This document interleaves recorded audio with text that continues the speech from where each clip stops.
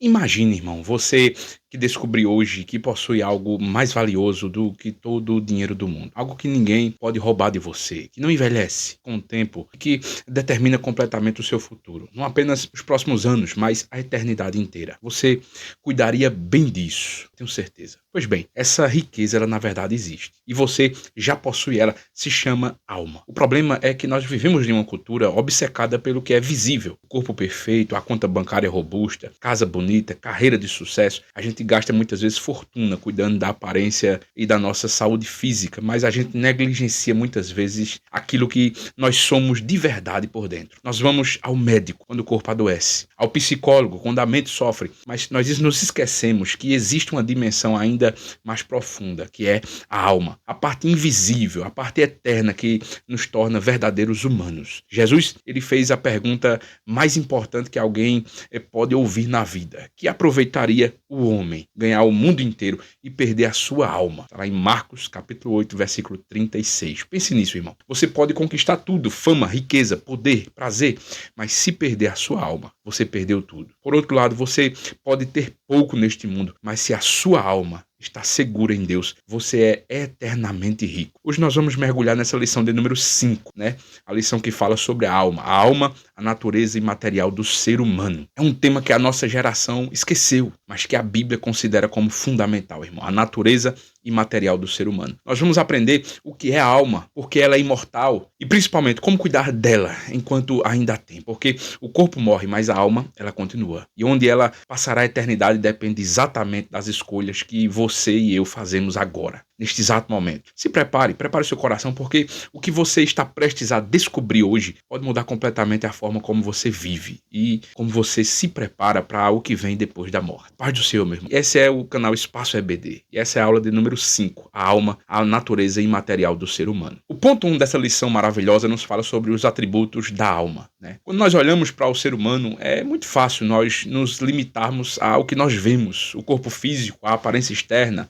as ações visíveis, mas a Bíblia, irmão, ela nos revela uma verdade profunda e transformadora. Nós somos muito mais do que matéria. Nós somos criados à imagem e semelhança de Deus, conforme Gênesis 1 e 27. Isso significa, irmãos, que nós carregamos em nós algo que transcende a biologia, a alma, a essência invisível e eterna que nos torna verdadeiramente humanos. A alma é o centro da nossa personalidade, é o lugar onde habitam as nossas emoções mais profundas, os nossos pensamentos mais íntimos, as nossas decisões mais importantes. Ela é a sede de 3 faculdades que são fundamentais aqui, que trabalham em conjunto para definir exatamente quem nós somos. São elas: a emoção, a razão e a vontade. É na alma que nós sentimos o amor, a alegria, a tristeza e o medo. É nela que nós refletimos, analisamos, compreendemos o mundo ao nosso redor. E é também na alma que nós exercemos a nossa capacidade de escolha.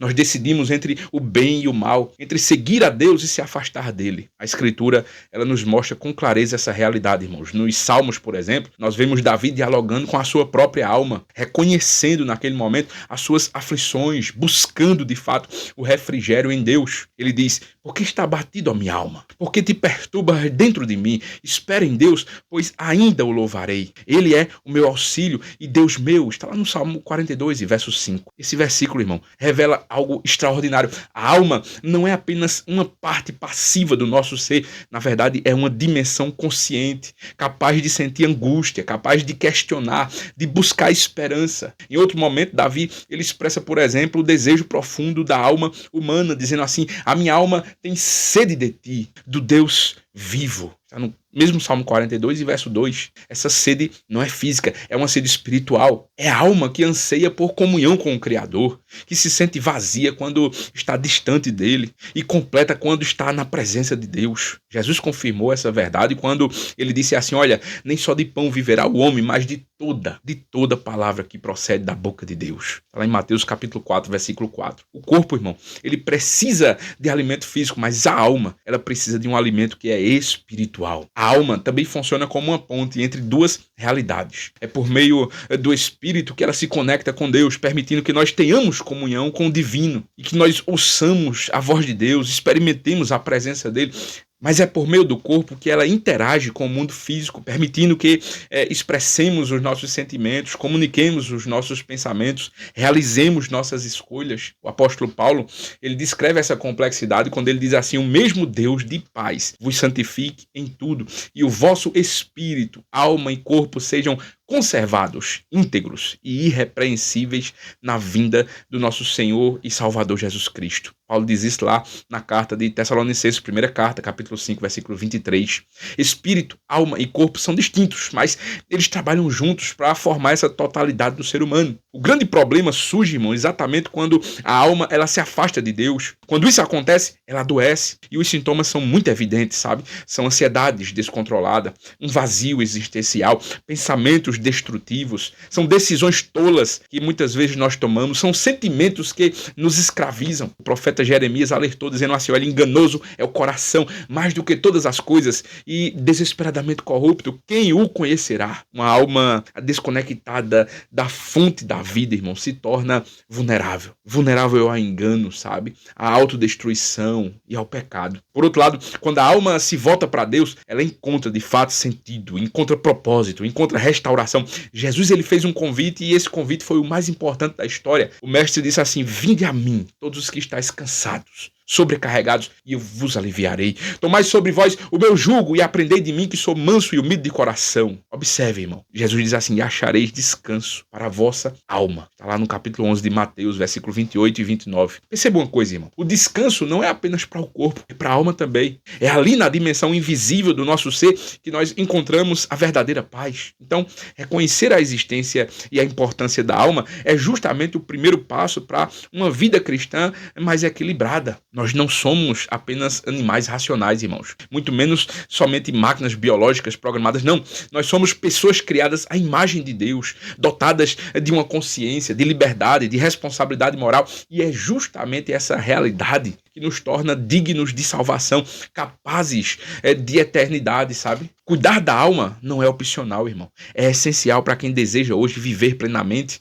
e preparar-se para uma vida ou para a vida que não tem fim na eternidade. Mas o segundo ponto dessa lição ainda nos diz assim: a natureza da alma, imaterialidade e imortalidade. Observe uma coisa, irmão. Uma das verdades mais revolucionárias e consoladoras do cristianismo é justamente essa: você não é apenas um corpo que vai deixar de existir quando morrer. Na verdade, você possui uma alma que é imortal, que transcende a matéria, que permanecerá viva mesmo após a decomposição física do nosso corpo. Essa revelação bíblica, ela coloca o ser humano em uma categoria completamente diferente de qualquer outra criatura e estabelece aqui a base para a nossa responsabilidade moral e o nosso destino eterno. Jesus Cristo, ele deixou isso absolutamente claro em suas palavras. Ele disse assim: olha, não tem mais aqueles que podem matar o corpo e não podem matar a alma. Temei antes aquele que pode fazer perecer no inferno, tanto a alma quanto o corpo. Está lá em Mateus capítulo 10, versículo 28. Observe aqui, irmão, que há uma distinção precisa que o Senhor faz.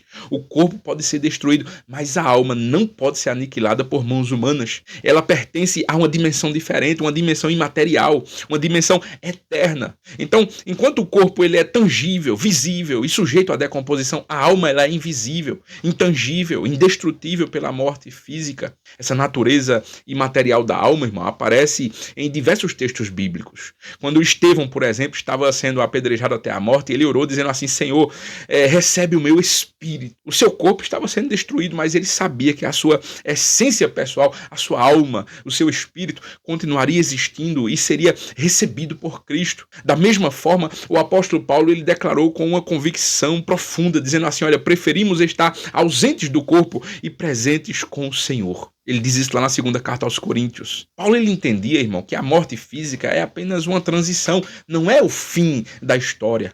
O corpo, ele morre, mas a pessoa continua viva em outra dimensão. A parábola, por exemplo, do rico e o Lázaro, contada por Jesus em Lucas capítulo 16, versículo 19 ao 31, ilustra perfeitamente essa realidade, sabe? Ambos morreram fisicamente, mas ambos continuaram conscientes e ativos em suas almas. O rico estava em tormento, o Lázaro estava consolado no seio de Abraão. Eles não deixaram de existir, apenas mudaram de estado. A consciência, a memória, os sentimentos, tudo permaneceu ativo porque a alma, ela é imortal. Essa verdade, irmão, porém, enfrenta assim uma forte oposição em ideologias que são puramente materialistas, que dominam grande parte do pensamento moderno, inclusive filosófico, o materialismo. Esse materialismo filosófico é justamente a base do marxismo e de outras correntes humanistas. Negam categoricamente a existência da alma. Para essas visões de mundo, o ser humano é apenas uma matéria organizada, um conjunto de reações químicas, de impulsos biológicos. Não há nada além do corpo, dizem eles. Não há transcendência, não há eternidade, não há prestação de contas a Deus. As consequências destas negações, irmãos, são devastadoras. Se não existisse alma, não existiria também responsabilidade moral absoluta. Se somos apenas matéria,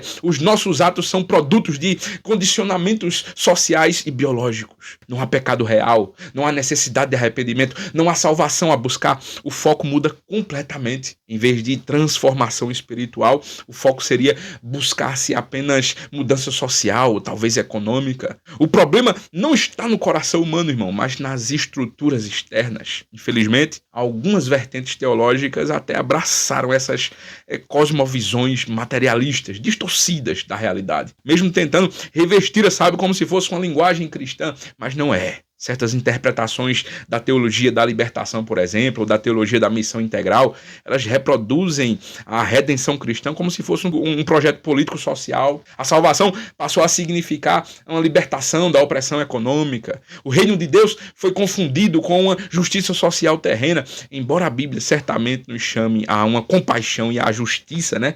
Como diz, por exemplo, lá em Miqueias, capítulo 6, versículo 8, ela nunca reduz a salvação ao material, irmão. Jesus disse claramente: o meu reino não é deste mundo, lá em João 18,36. A escritura, irmão, é inequívoca, porque o salário do pecado é a morte, mas o dom gratuito de Deus é a vida eterna em Cristo Jesus nosso Senhor, disse Paulo aos Romanos, capítulo 6, versículo 23. Sem reconhecer essa realidade da alma imortal, irmão, essa declaração perde completamente o sentido, porque o que falar de vida eterna se nós somos apenas matéria temporária? Por que falar de salvação da alma se ela não existe? O apóstolo Pedro, ele nos exorta, irmão, dizendo assim: olha, obtendo o fim da vossa fé, a salvação da vossa alma. Está lá na primeira epístola, capítulo 1, versículo 9. A fé cristã, irmão, ela tem um alvo definido e bem definido. Não olhar apenas para as condições sociais, mas salvar a alma eterna do juízo vindouro. Portanto, irmão, afirmar essa imaterialidade, imortalidade da alma, não é uma filosofia abstrata, é a essência fundamental da fé cristã.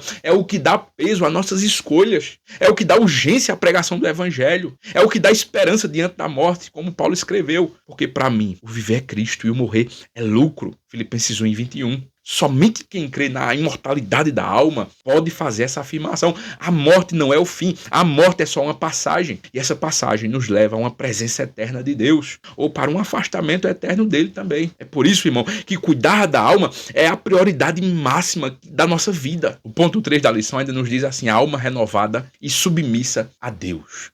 Reconhecer que nós possuímos uma alma imortal, irmão, é apenas o começo da nossa jornada cristã. O passo seguinte, talvez o mais desafiador, é justamente aprender a cuidar da alma, mantendo-a saudável, limpa, submissa à vontade de Deus. Assim como negligenciar o corpo gera doenças físicas, negligenciar o cuidado com a alma produz enfermidades espirituais, irmãos, que vão afetar toda a nossa existência. Mas a boa notícia, irmão, é que Deus não nos deixou sem orientação. A Bíblia, ela é repleta de instruções práticas sobre como cultivar a alma renovada e consagrada. O apóstolo Paulo, por exemplo, ele nos dá as diretrizes importantíssimas, sabe? Ele diz assim: e não vos conformeis com este século, mas transformai-vos pela renovação da vossa mente, para que experimenteis qual seja a boa, agradável e perfeita vontade de Deus. Ele diz isso escrevendo aos Romanos, no capítulo 12 e versículo 2. A redenção da mente não é um evento único, mas é um processo contínuo, sabe? Todos os dias a nossa alma ela é bombardeada com influências que tentam moldá-la segundo o padrão desse mundo. Ora, é o materialismo, o hedonismo, o relativismo moral, a ansiedade, o desespero. Irmão, resistir a essas pressões exige disciplina espiritual, exige intencionalidade. Paulo reforça essa verdade em outra carta, dizendo assim: olha, e vos renoveis no espírito do vosso entendimento, entendimento, Efésios 4:23. Essa renovação, ela acontece no interior, na dimensão invisível do nosso ser. Não adianta apenas modificar os nossos comportamentos externos se a alma, ela permanece de fato corrompida. Jesus repreendeu, por exemplo, os fariseus exatamente por isso. Jesus disse, olha, ai de vós, escribas e fariseus, hipócritas, porque limpais o exterior do corpo e do prato, mas o interior está cheio de rapina e intemperança. Mateus 23:25. Uma vida cristã autêntica, irmão, começa de dentro para fora, com a purificação e a renovação da nossa alma. Mas como na prática a gente mantém a alma saudável? Primeiro, pela oração constante. A oração é o oxigênio da alma, irmão. Sem a oração, nós definhamos espiritualmente. Paulo nos ordena, orai sem cessar. E isso não significa, irmão, estar 24 horas de joelho. Não é disso que se trata o texto. Na verdade, é cultivar uma atitude permanente de comunhão com Deus.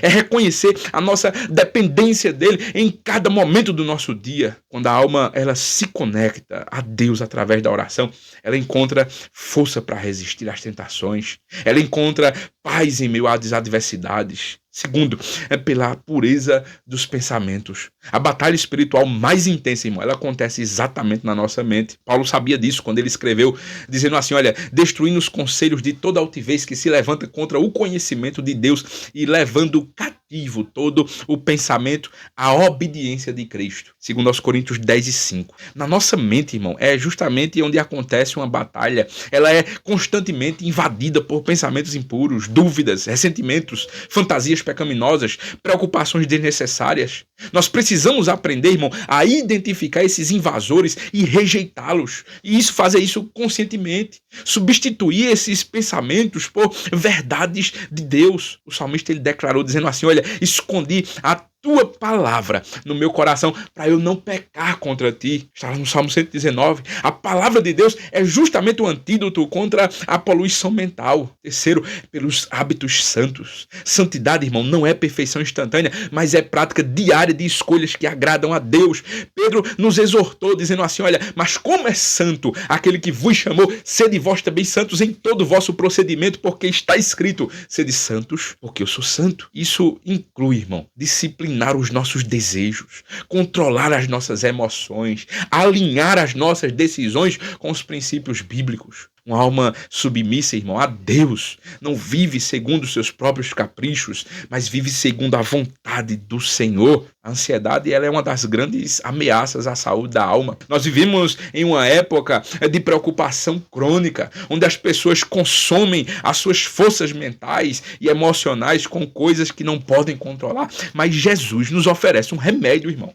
Ele diz, não andeis ansiosos pela vossa vida, quanto o que haveis de beber ou de comer, nem pelo vosso corpo, pelo que haveis de vestir. Não é a vida mais do que alimento e o corpo mais do que vestimentas ou vestes. Mateus 6:25. E ele completa, buscai primeiro o reino de Deus e a sua justiça, e todas estas coisas vos serão acrescentadas. Entenda uma coisa, irmão, uma alma que confia em Deus não se desespera diante das incertezas da vida. O pecado é outro poluente mortal da alma, sabe? Cada vez que nós cedemos conscientemente ao pecado, nós manchamos a nossa comunhão com Deus, nós enfraquecemos a nossa sensibilidade espiritual. Davi, após o seu pecado terrível com Batseba, ele clamou dizendo assim, cria em mim, Senhor, cria em mim, ó Deus, um coração puro, renova dentro de mim um espírito inabalável. Salmo 51, verso 10. Ele sabia que precisava de limpeza interior, de renovação profunda. E Deus, em sua misericórdia, promete, se nós confessarmos os nossos pecados, Ele é fiel e justo para nos perdoar os pecados e purificar-nos de toda injustiça. Disse o apóstolo João na primeira epístola, capítulo 1, versículo 9. Uma alma renovada, irmão, é caracterizada exatamente pela paz interior, mesmo em meio às tempestades externas. Paulo disse assim, olha, eu aprendi a estar contente, a viver contente em toda e qualquer situação. Filipenses 4:11. Esse contentamento não vem de circunstâncias favoráveis, vem de uma alma ancorada em Deus. Jesus prometeu, deixo-vos a paz, a minha paz vos dou, não vos dou como o mundo dá. Não se turbe o vosso coração, nem se atemorize. João 14:27. Portanto, irmãos, cuidar da alma não é um luxo espiritual, mas é necessário, é vital. Zelar pelo nosso destino eterno através das decisões diárias é algo que nós precisamos fazer. É disciplinar a mente, sabe? Purificar o coração, se submeter à vontade e ao senhorio de Cristo, como Jesus disse, que aproveita o homem ganhar o mundo inteiro e perder a sua alma. Nada neste mundo, irmão, vale mais do que a saúde eterna da nossa alma. Então, irmãos, nós concluímos aqui essa lição, mas a jornada da alma, ela está só começando. Ou talvez você precise recomeçar tudo agora mesmo. Tudo que nós vimos até aqui não é teoria, não é teologia abstrata, é uma realidade concreta da existência. Você possui uma alma eterna e o estado dela hoje determina exatamente aonde você vai passar a eternidade. E eu também. Pense nesse momento, como está a sua alma? Será que ela está inquieta ou está em paz? Será que ela está limpa ou está manchada pelo pecado? Está conectada em Deus ou está distante dele? Ela está sendo alimentada pela palavra ou está desnutrida pelas distrações do mundo? Essas não são perguntas retóricas, irmãos. Na verdade, são diagnósticos urgentes que todo cristão precisa fazer constantemente, todos os dias. Martinho Lutero, ele disse algo que deveria estar gravado no coração de cada um de nós. Não podemos impedir que os pássaros voem sobre a nossa cabeça, mas nós podemos e devemos impedir que eles façam ninhos nela. Pensamentos ruins, irmãos, vão aparecer. Tentações vão surgir. Emoções negativas vão bater a porta. Mas você não é obrigado a abrir e nem convidar para entrar e nem oferecer hospedagem permanente a esses pensamentos. Você tem o poder em Cristo de resistir, de rejeitar, de escolher santidade, de cuidar da alma e com vigilância diária isso. A oração pela manhã antes que o mundo invada seus pensamentos é vital. A leitura da Bíblia renova a sua mente. O arrependimento rápido quando você tropeça é vital, irmão. É perdão generoso quando alguém te fere. É disciplina quando aquilo que você assiste, ouve, lê, é escolher a presença de Deus acima de qualquer coisa, de qualquer prazer temporário. O apóstolo Pedro, ele resumiu tudo em uma frase poderosa, irmão. Sede santos, porque eu sou santo. Deus não está pedindo perfeição instantânea. Na verdade, ele está exigindo intencionalidade constante. Ele quer que você cuide da sua alma como quem cuida do seu bem mais precioso, porque é exatamente isso que a alma é. Se lembre de uma coisa, meu irmão. Você pode enganar as pessoas com aparência. Você pode até enganar a si mesmo por algum tempo, mas a sua alma conhece a verdade. Ela sabe se está bem ou se está adoecida. Ela sabe se está perto de Deus ou se está fugindo dele. E um dia, quando o seu corpo retornar ao pó, a sua alma vai comparecer diante do trono de Deus para prestar contas. E naquele momento, não importará quanto dinheiro você teve, não importará quantos seguidores nas redes sociais você teve, não importará quanto famoso você foi, importará apenas uma coisa: a sua alma estava preparada ou não. A boa notícia, irmão, é que ainda dá tempo. Enquanto você respira, há uma oportunidade de arrependimento, de renovação, de recomeço. Deus está esperando de braços abertos. Jesus já pagou o preço pela purificação da sua alma. O Espírito Santo está pronto para habitar em você e transformá-lo de dentro para fora. Mas a decisão é sua. Ninguém pode cuidar da sua alma por você. Que Deus abençoe, irmão. E até a próxima lição. Curta, compartilhe esse vídeo em nome de Jesus.